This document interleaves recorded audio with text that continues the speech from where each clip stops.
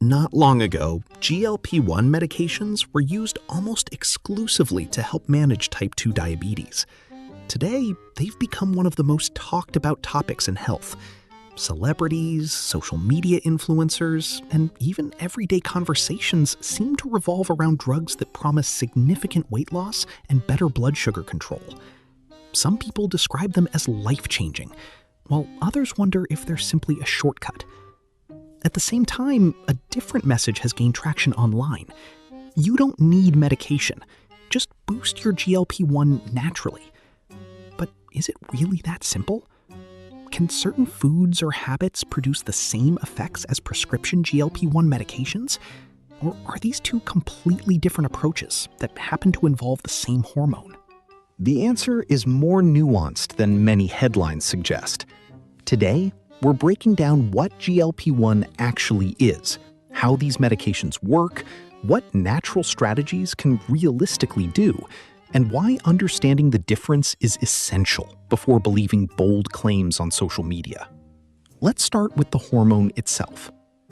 GLP-1 stands for glucagon-like peptide 1, a hormone your body naturally produces every time you eat. Specialized cells in the small intestine release GLP-1 in response to nutrients entering the digestive tract. Once released, GLP-1 performs several important jobs at the same time. First, it signals the pancreas to release insulin when blood sugar rises after a meal. This helps move glucose from the bloodstream into cells where it can be used for energy. Second, GLP-1 reduces the release of another hormone called glucagon, which normally tells the liver to release stored glucose into the bloodstream. By lowering glucagon after meals, blood sugar remains more stable. Third, GLP-1 slows stomach emptying. Food leaves the stomach more gradually, helping people feel full for longer after eating. And finally, GLP-1 communicates with areas of the brain involved in appetite regulation, reducing hunger and increasing feelings of satisfaction. In other words, GLP-1 helps coordinate blood sugar control and appetite at the same time. There's just one limitation. Natural GLP-1 doesn't stay in the body very long. An enzyme called DPP-4 rapidly breaks it down, often within just a few minutes. That means your body produces GLP-1 after meals, but its effects are relatively short-lived. This is where GLP-1 medications enter the picture.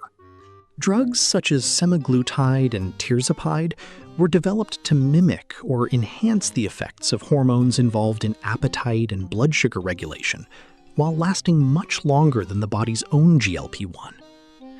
Because these medications remain active for extended periods, they continue sending signals that reduce hunger, slow stomach emptying, and improve blood sugar control throughout the day.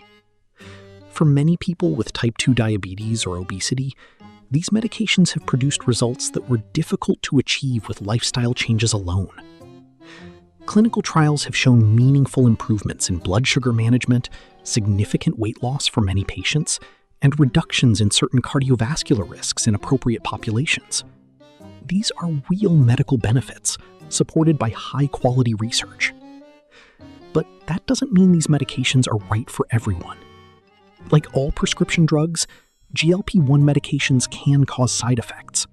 The most common include nausea, vomiting, diarrhea, constipation, and stomach discomfort, especially during the first weeks of treatment or after increasing the dose.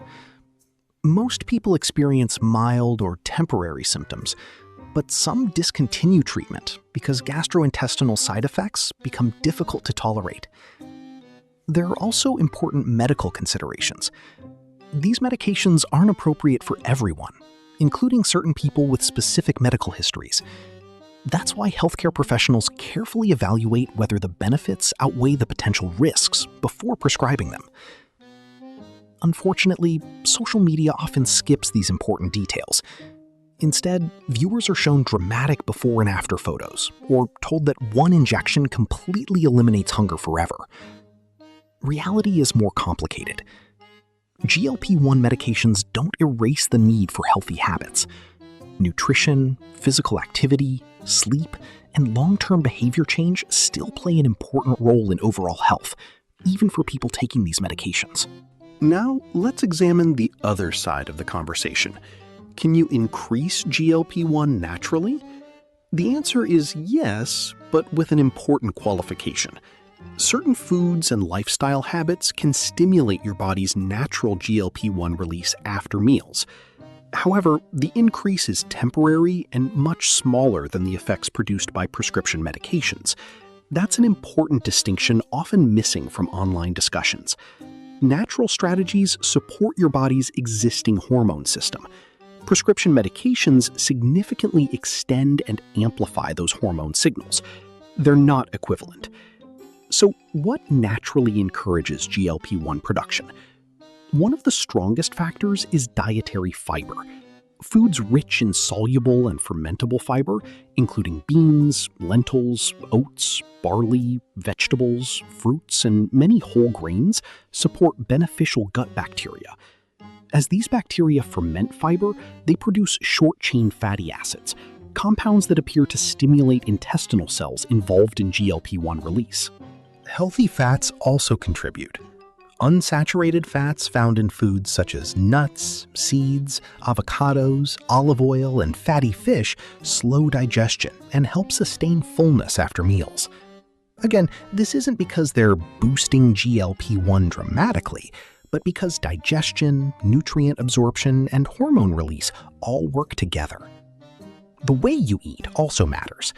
Rapidly consuming highly processed foods often produces a very different hormonal response than eating balanced meals containing protein, fiber, and minimally processed ingredients. Scientists continue studying how meal composition influences appetite hormones, and while many questions remain, one message is becoming increasingly clear. Whole dietary patterns matter far more than any single food. What about supplements marketed as natural Ozempic? This is where caution becomes especially important. Many products claim to increase GLP-1 naturally using herbs or plant extracts.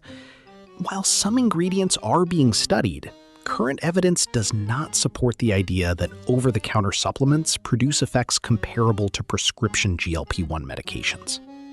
Some supplements may interact with medications or have unwanted side effects. And unlike prescription drugs, dietary supplements are not evaluated in the same way for effectiveness before reaching the market. For that reason, it's wise to approach bold marketing claims with skepticism and discuss supplements with a healthcare professional if you're considering using them. Another often overlooked factor is physical activity. Regular exercise improves insulin sensitivity, supports metabolic health, and helps regulate appetite over time. While exercise doesn't dramatically raise GLP-1 in the way medication does, it contributes to a healthier hormonal environment that supports weight management and blood sugar regulation. Perhaps the biggest misconception is the idea that medication and lifestyle changes compete with each other. In reality, they often work best together. For some individuals, especially those living with obesity or type 2 diabetes, GLP-1 medications can make it easier to adopt healthier eating patterns by reducing constant hunger. That doesn't replace balanced nutrition or regular movement. It creates an opportunity to build habits that support long-term health. Research consistently shows that maintaining those habits remains important, whether someone uses medication or not. So, where do natural approaches fit in? Another common question is whether certain supplements, such as berberine, are a natural GLP-1.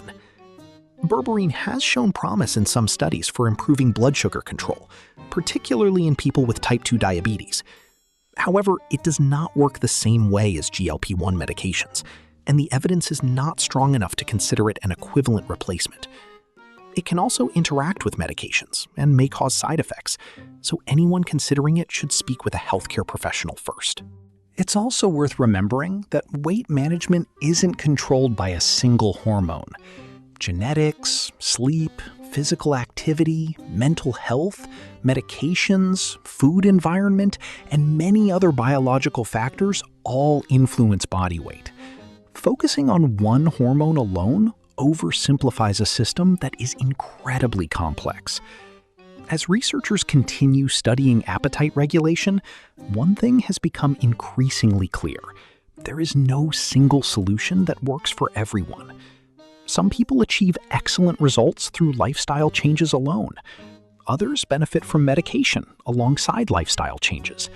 And for many, the most effective plan is one that's individualized, realistic, and medically appropriate. Perhaps the biggest takeaway is this: don't let social media convince you that you must choose between medication and healthy living. They're not opposites. Prescription GLP-1 medications are evidence-based treatments designed for specific medical situations, while healthy lifestyle habits benefit nearly everyone, regardless of whether medication is part of the plan. The science of GLP-1 is exciting because it reveals just how sophisticated the human body really is. Every meal triggers a carefully coordinated conversation between your gut, pancreas, brain, and hormones to regulate hunger and blood sugar. Medications can strengthen some of those signals when medically appropriate, while healthy habits help those same systems function at their best. Understanding that difference allows you to move beyond marketing claims and make informed decisions based on evidence, not hype. And when it comes to long-term health, informed decisions are often the most powerful tool of all.